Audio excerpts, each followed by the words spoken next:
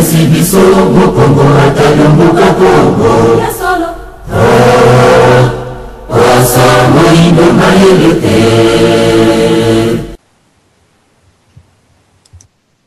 Oui, nakanisi analyse opesi analyse nini ya échec ya tentative mibale na landi yo vraiment très bien ntekonanga zambwana eza bien et j'espère alors que à partir ya analyse wana il faut sikoyo commenter stratégie moko oyo koki kosala que gouvernement en exil ya kolanda et éviter ba écueil wana eza première chose nini espoir na ko exprimer mais élément mususu oyo nalingaki na tuna yo nini na yeba réflexion na yo personnel parce que yo yebi ndenge nini ngana menaka pe lutte na déjà ba problème na sina rencontra problème ya mibale ou ya mutuya eza question ya contact na base ya gouvernement en exil wana puisque eloko nyonso oyo tozosala eza pona congolais d'abord au centre ya souci na biso eza que congolais azala malamu na nini na vie na ye ya lelo na oyo ya koya. Bon, mais étant donné que tant que gouvernement en exil eza nano na pouvoir effectif na kati ya mboka te, bato oyo baza na mboka basi banini basi ba contrôler ba moyen ya communication na base, communication na base. Est-ce que na niveau wana ozali peut-être na élément yoko lâché biso kama sekele ya nini ya coulisses na yo kuna ndenge nini yozo prévoir ko établir quand même contact na base parce que sinon toko koya kaka na même travers, c'est-à-dire gouvernement en exil où ils ont monté ba idée na ye mais idée wana ils ont répondre te na desiderata ya nini ya masse ndenge nini yozo mona ke contact na base et ko salama tant que munguna azo contrôler ba moyen de communication na nini na population à base. Bon, merci. Question base lobby eza mususu question ya pouvoir oyo eza en place pour nous contrôler ba mouvement. Eza deuxième question. Donc d'abord na pouvoir en place. Ça on a mutu était la peur muteza na cause ya conflit ozoluka na Congo. Kobanga. Premier kobanga eza na ba actuel gouvernement na effectif na yango. Bango tout bazana baza kobanga. Premier kobanga bazana yango euti na biso moko na opposition. Ça il faut d'abord le savoir. 2011 bazalaki prêt ya ko kabola masolo. To ya kopesa passage na ba oyo ba koyi ko ya président ya Chichi. Mais pourquoi babangelaki? Et puis ba telemi. C'est parce que banani bazako ya quel slogan bazako ya nango, quelle intention bazako ya nango, ceci a provoqué une résistance farouche. Parce que ko banga ezala bango ba yebi makambo basali. Et puis ba yebi ke bazako ya ba promettre bango bokozwa mbano na bino. Ça c'est le premier problème qui est là. Baza na contrôle parce que baza na pouvoir, ça c'est clair. Bango simbi mbeli na mutu asimi kota libaya na kota minu, yo simi kota minu soki boza ko tirer ko laisser. Yo ka mutu ko zoka. Bango basimi na kota libaya parce que baza na pouvoir, ça c'est clair. Mais question ezali bayebi peut pouvoir ngo ekozala continuer l'été. Mais bâton de passage ekozala na banani. Il suffit que bato oyo na intelligence na ba on a contrôle là ba ko découvrir que le gouvernement en exil c'est quelque chose indépendante qui est na yebiso déjà en avance que to li ko mona mobutiste moko te quelle que soit expertise na yo mbongo na yo pas de mobutiste na gouvernement en exil, discrimination. C'est déjà une garantie na part du gouvernement central qui ndelo. Parce que les ennemis ce sont des moboutistes. Bato ba exil, mon exil cause d'une manière il y a opposition te awa so cause on a cadre opposition exil contre qui ba mobutis bazana exil ba kabilis ils vont aussi faire l'exil. Le exil est un peu général, donc c'est là où la peur ce qui peur kati na l'actuel gouvernement et comme ikolongwa na bango que un jour l'espoir ya remplacement ya transition et kozala avec une nouvelle équipe, je ne crois pas que l'actuelle configuration Kabila est un problème vraiment menene. Il n'y en a pas. Mais le problème que nous avons, c'est quand nous dans l'opposition, Bakisimbe Nabiso, Bambuta Nabiso, Bato Tozali ko classer toujours Baza en opposition dans l'actuel gouvernement. C'est le peuple qui souffre. Parce que Baza Bandako, Batongi, Baza Bamakambu Basali, ils étaient les ministres, même dans leur salaire, même quand les députés, dans salaire Baza Bango. Tu ne me diras pas que le député salaire Baza Kozwake, un député incapable de se taper une bonne maisonnette mais Kinshasa. Prenons qu'à mériter Yango. C'est parce que Yoza Mouta opposition à Yaka Beta révolution qui est détruite Ndakunaye. C'est parce que Yoza Mouta opposition qui est na Mukolomoko Zongi na Rwanda. Ça demande une certaine stratégie à garantir Zala. Si on doit libérer l'élection, si on doit libérer transition, dans n'importe quel poste, on peut sauter naye. Est-ce que passage Kitoko, ça c'est l'un des secrets de Kamere. Si on a la caméra à côté gauche d'Azolia, côté droite d'Azolia, Kamere a un peu la tendance à balancer les choses, comparé en 2011, on ne peut pas diriger un pays dans un conflit, il y a ranking qui tourne, il faut qu'il y ait une neutralité. Et neutralité, malheureusement, mais on a toujours qu'il y a toujours une tendance. C'est là un danger. Dans le groupuscule, dans le mouvement économique se crée dans le Congo, et ça une tendance à koyina, tendance à opposition, tendance à une ligne à haute.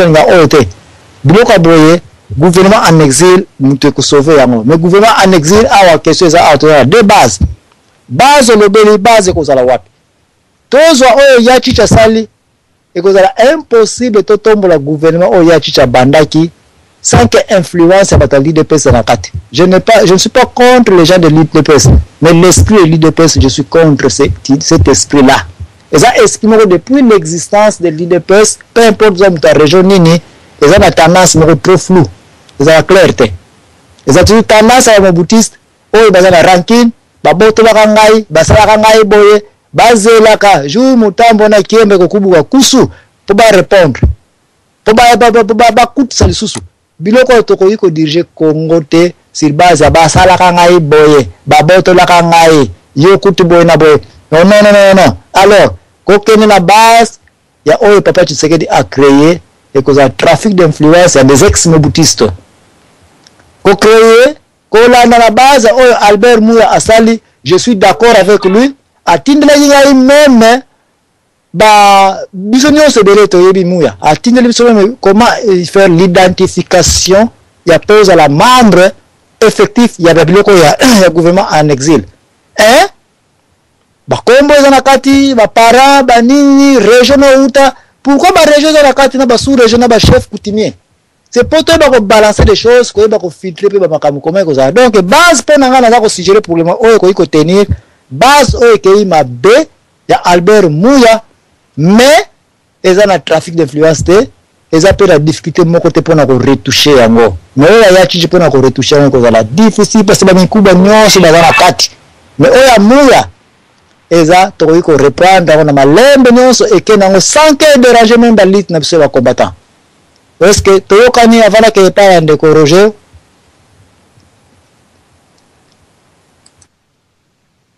ndeko Paluku est-ce que toyokani ou bien que pas ndeko Roger? Oui, en tout cas, excusez-moi, ils qui ni retard pour na la micro nangai parce que nous avons l'habitude à kokanga micro comme ça ni ba trachotement na bureau nangai le katena radio. Na landi en tout cas très bien de konanga zambwana et kozala bientôt yoka pe de konabiso ndenge olobi comme ça et compléter ni et enrichir ni information yo ni na sepeli mingi na ndenge expliquer ngai vision yo zana yango stratégie yo ndenge nini yo zomona yango en tout cas naza très satisfait nzambe abatela yo. Merci mingi boto kena ndeko Roger Adolfo, voilà. Oui, comme ça, nous allons dans la radio alors. Merci, okay. Merci Mingi. Bande Kobanso, Bazorolanda Biso, sur les 3 fois Radio Gospel et Radio Les Solo. Et Matondo Mingi, Papa Zamwana, na ba idée valieuse et très important aux Akoyanango pour la réveil de la conscience de nos peuples congolais. Alors que Ngai personnellement, na CPLI, parce qu'il faut voir deux gouvernements donc parallèles. Et où ils sont déjà prêts pour remplacer Moussousou parce que ils vont permettre que bateau bazali déjà de l'autre côté qui est quand même les Congolais de la diaspora. Ce sont des têtes qui s'organisent pour la résolution des problèmes de nos peuples. Et le fait de ne pas le faire est un échec. L'échec. Et donc on a aussi bon convaincre les bateaux bazana nous isoler, bazalina na badoute ou bien qui n'arrive pas encore à comprendre le système pour implémenter. Alors pour faire comprendre Bango, qui est extrêmement vraiment, il y a médiation et puis pour la résolution des problèmes internes surtout il y a Mboka na biso na RDC alors et cause à la malaming. Les problèmes qu'on créer la résistance et tout d'abord de non-acceptation de ces systèmes parce que éviter les Kambango, bien faciliter la compréhension et l'explication vraiment de façon que toute la masse accessible na idée où il y a des propositions, il y a un nouveau gouvernement vraiment en exil et il y a des solutions vraiment sustentables.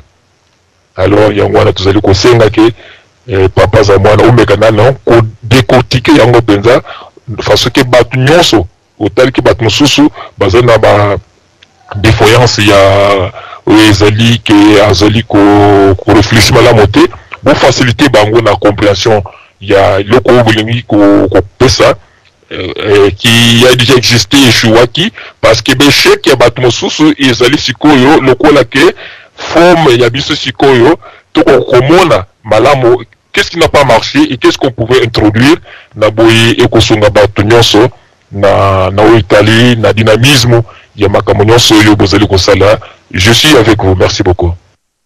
Merci bandeko lelo zali campagne ya gouvernement en exil pour tozali ko tenter ko renforcer sur base ya roue déjà eza inventé ba deux routes tozana roue ya papa Etienne Tshisekedi na limité inventa ki gouvernement na ye au Rwanda tomoni apparemment eza un peu na difficulté roue oyo na pe na za penza ko supporter parce que base na yango ekozala sur base ya l'IDPS base na yango pe ekozala sur base ya ba ex mobutiste base na yango pe ekozala sur base ya ba baleine ba cachalot ba requin ba vautour oyo baza toujours tout autour de l'argent qui mfumu et puis peuple ezate baza ko kosaka biso ke balingi ba peuple mais ce que tali ba CV na bango ba portfolio na bango est trop sale.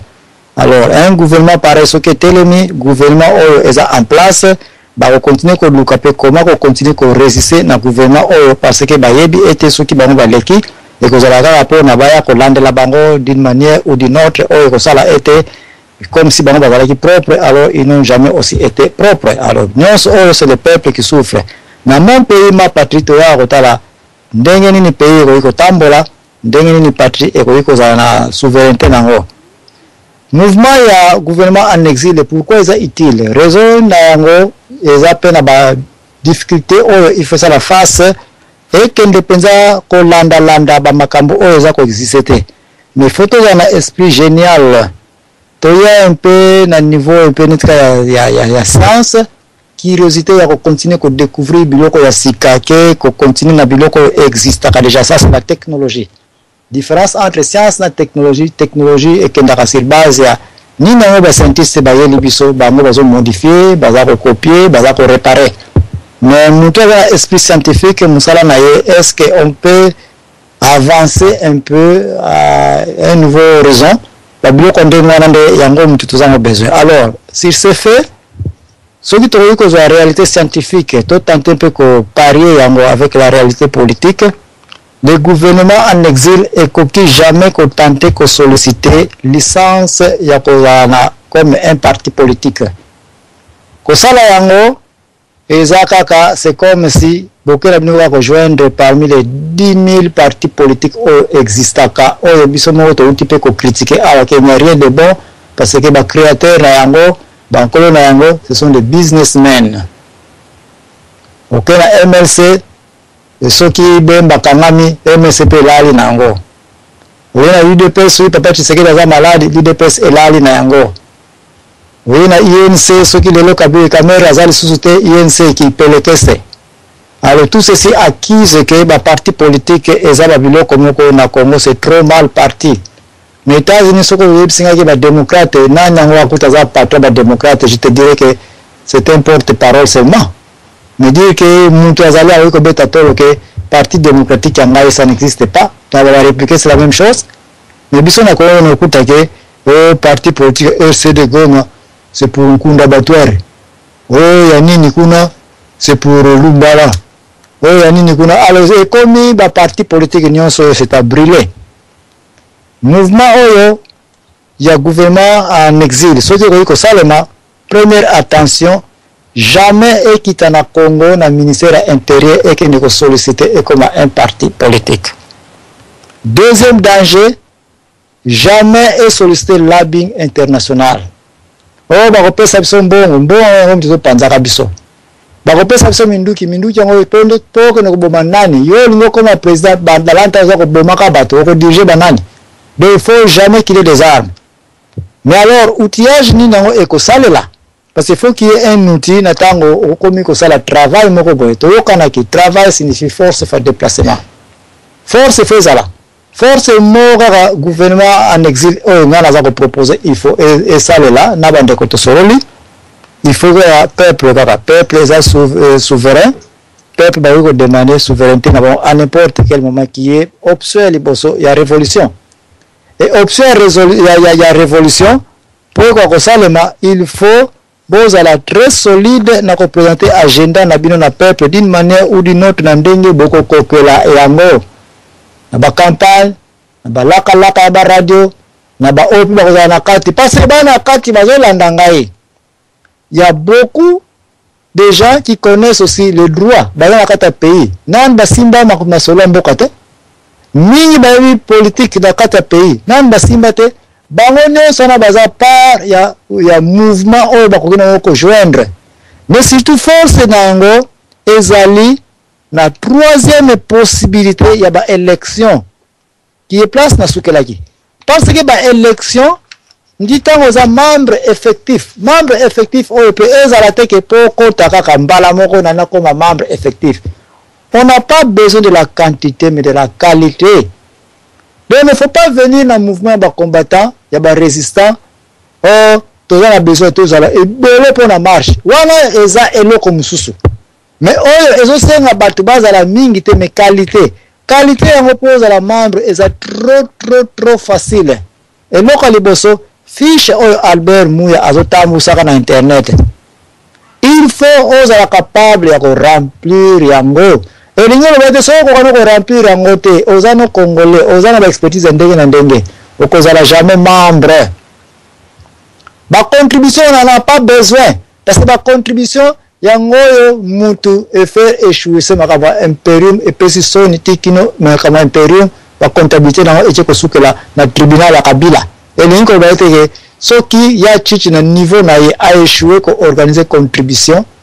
Je ne crois pas qu'il y a un Congolais, il y a un mouvement où il existe dans le Congo et qu'il a réussir contribution. Et qu'on a la voilà pourquoi l'une des raisons que les accolés pour nous supporter que Makamba au ministère intérieur à Congo nous représenter documents tonto comme parti politique exact. Makampe na Washington na Paris ko introduire document na ONU o toli gouvernement en exil est officiellement reconnu na ONU poto bana ko sala ka ba lobbying e ko funda e ko tinda bisona moyibi ya bongo moyibi ya ba contrat moyibi ya ba ko wela ba bino ko ndenge na ndenge. Mais force na yango na côté ya élection na temps ba campagne précisément titango za membre eko yebana ete banani yango balingi kone kotia poids po basolise signature na baposte ebele ya ndenge na ndenge na ndenge baposte supérieur ezali oyo ezaki avant oyo ozala candidat il faut ozala niveau universitaire wana toyebi ke bato ebele bakoloba siko nga so nakomi nanga membre ya gouvernement en exil support nanga eza wapi ti ntango nanga kende kotia mpe signature nanga kuna non il y a encore des postes qui tati na CCC kende kota la configuration ya CENI ba poste nini elukamaka en surface universel ba chef du territoire pe bazana bango ke ozano obligé même ka examen l'état ya pamba ozana ngo okokini pe kozala membre okay pe ba chef de quartier ba élection municipale ezana ba kusha ndenge na ndenge na ndenge tout ce qu'on cherche changement ezaka kate e bandaka kana likolo changement oiko tombera à partir ya C et puis ils appellent comme Mata parce que Congo est divisé par la circonscription et chaque circonscription est dans sous-région, le secteur, dans le village. Changement est fait où d'abord dans le village na bisoto kosa mingi na Kinshasa pour ne voir que Kinshasa. Voilà pourquoi les étrangers bakomi ko yana ba kwenyo soko kota ko sakana Congo. C'est parce que to yesa ba garde fou na ba ko ndenge na ndenge te. Oya comme membre du gouvernement en exil. Oya moneta ko yoko neko sala force na pays. Mais na ko komela wapi? Tena za na kata Congo. Na ko zonga na village na kuna na chela. Na za na kin. Comment na okendela? Titango za na réseau oyo. Ngonga na ngo soki ekoki. Oyo nyo za ba prélibe na za ko pesa bino mais avec ba réunion, avec ba division, ba création ba kabandenge na ndenge toko yeba ko kumba na mukongo yo kwanza na mukongo ngape na kwanza na mukongo ekozala toko yeba ete place ngo kita la campagne mengai na zakana mwa band na orchestre mo kintweni beta kana boma wana na ko pesa yo yango ya compagnie okofuta te parce que zaka na kata membre okoleka na mbanza ngungu wana place akolala ezalité flat za na 40-50 dollars mais na ba flat na place ba ane ba ya ko kangela batu oza mutu moko tita na réseau na biso kotisa ki toko na système à serveur le plus sophistiqué créé par des scientifiques de diaspora les plus intelligents du monde toko yeba demande na yo kotisa ki wana ngai na zo leka na mbanza na date tel na ta bona boye to yebi place ni o comme la parce que membre moko azawana toko kumba na biso so malembe mutu moko kotika na sima akozala te. Oh, il faut ba papier publicité na campagne na boye. Nous savons place wana imprimante moko zala na cyber wana ezala mwana diaspora moko za membre ezala intel kende kuna biso to supporter ba encre imprimer 10 000 papier publicité na yo to ko sala le graphique wana papa ebimaki na internet to ko yeba comment to ko tela yo na ni na kata site na biso zo ko prompaka ba campagne na yo to ko tala ba million na bango na sagesse wapi ekoleka to komi na point ya force contre sagesse comment force to keina yango esimbité force na force bana bazokufa force na force ba mama bazo violer bango sikoyo intelligence contre force dans 10 minutes tozo silisa donc na pesi sikoyo maloba epa ndeko Roger mutoza nga suna kate awa est-ce que oza suna question soko poser ngai comment biloko o sambongo meboko réussir biloko yo sans bureau mais beaucoup réussir bureau ekozala organisation ekozala mais na yebisi bino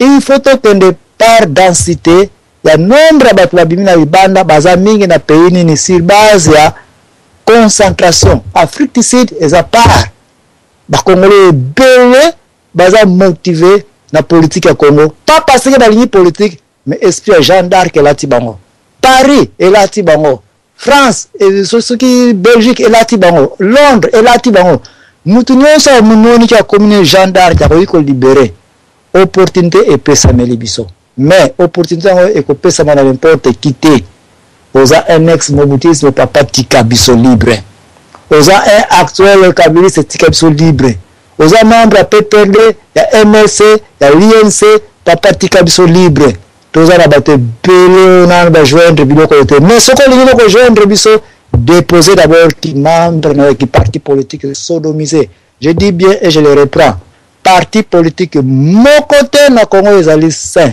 tous ont péché contre la nation congolaise jamais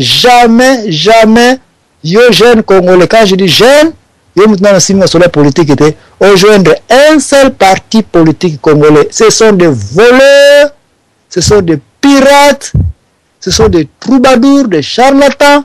Bango nyonso bakeye na ba business. Décourager la personne là-bas.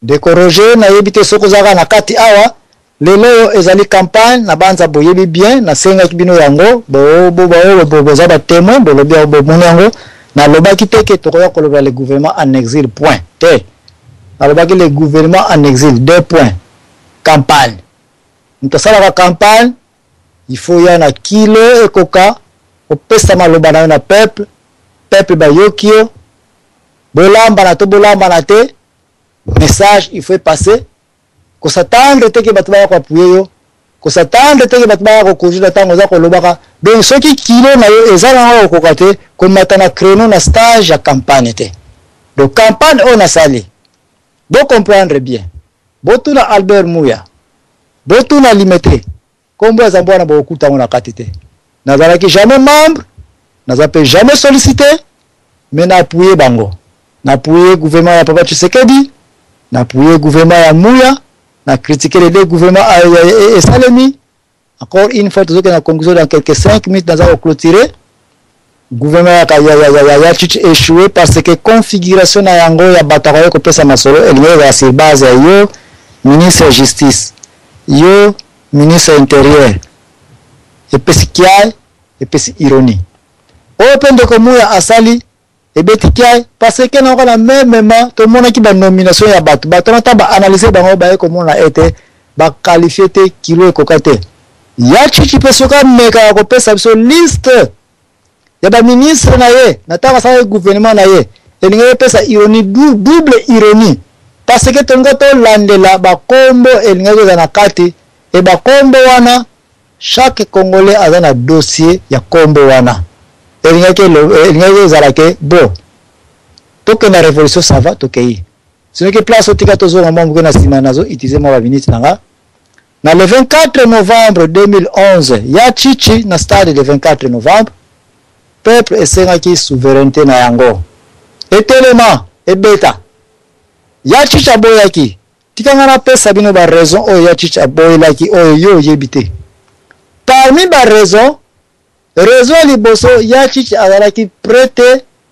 na soki go beti ngabo kotsanga wana bon nani na kotsana wa poste ndenge na ndenge imaginez-vous na pesa une explication un coup d'état bat ba monta coup d'état bazalaka peu pona bino a coup d'état esalemi le 15 mais pona bat ba monta coup d'état esalema peut-être 2 ans 3 ans passé ba calculer wanja ba yeba ja ba namba ko simba masolo na ba tango pe bazaja na nzinga pa bakotaki ya chichi le 24 novembre peuple asema ki yango mais peuple abosana ki était ya chichi n'était pas prêt na nganda ngundu azali na batawi ko remplacer te jour en Kinshasa soki tombaka na tongo na soir ya chichi balinga balukela ekaka na bakabiliso na parce que na le partir nulle part OK na armée ministre armée ni notiwana na plan na zanango na proposition na programme rien donc c'est clair que ya chichi azalaki na raison ya koboya peuple etelema parce que il n'était pas préparé na nganda ngundu.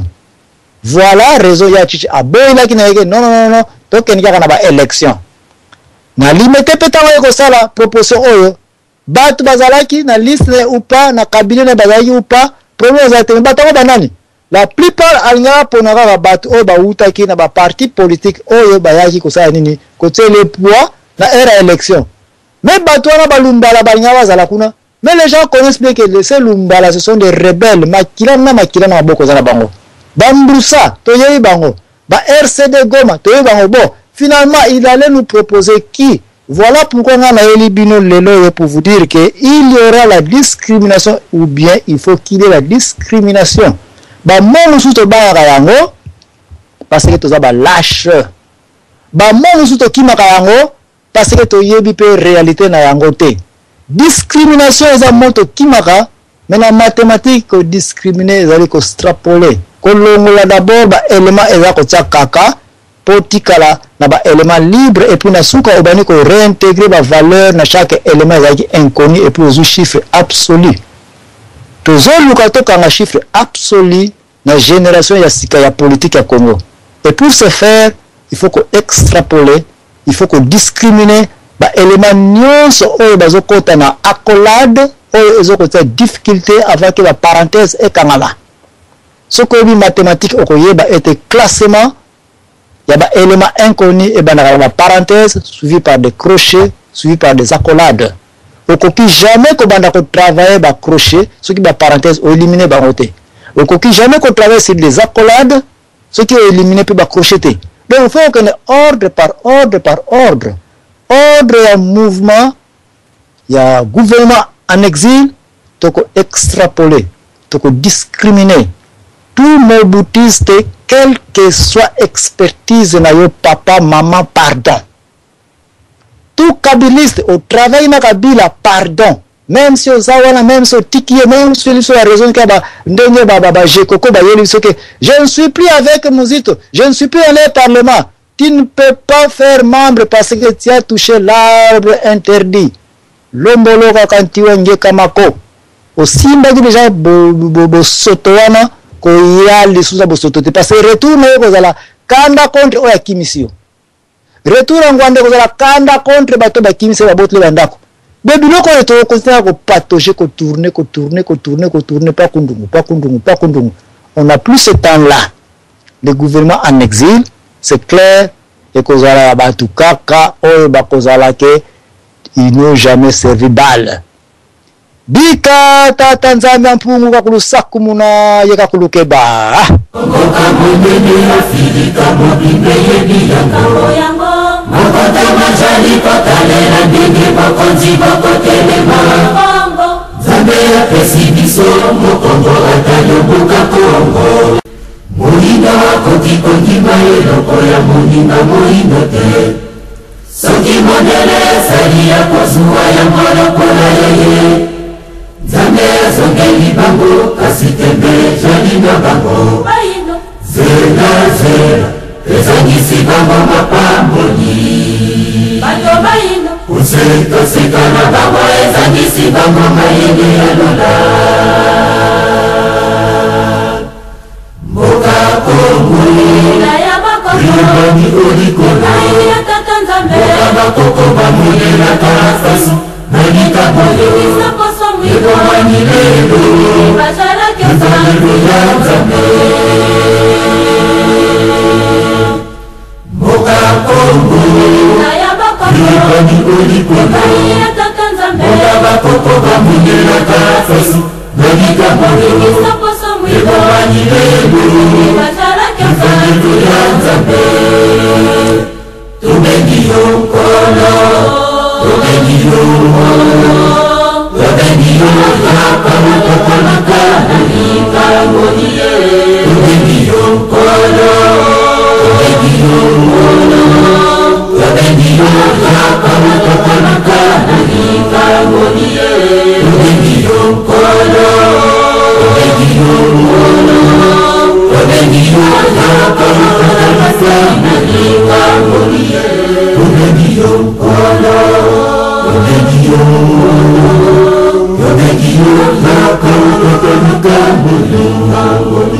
Totaya makini kumebanga kota mazali na pasina kwa mino Solo na kusolo ikono tajenge kwa Totaya makini kumebanga kota mazali na pasina kwa mino Solo na kusolo ikono tajenge kwa Tubengi yo nkolo Tubengi yo nkolo Tubengi yo yaka Tubengi yo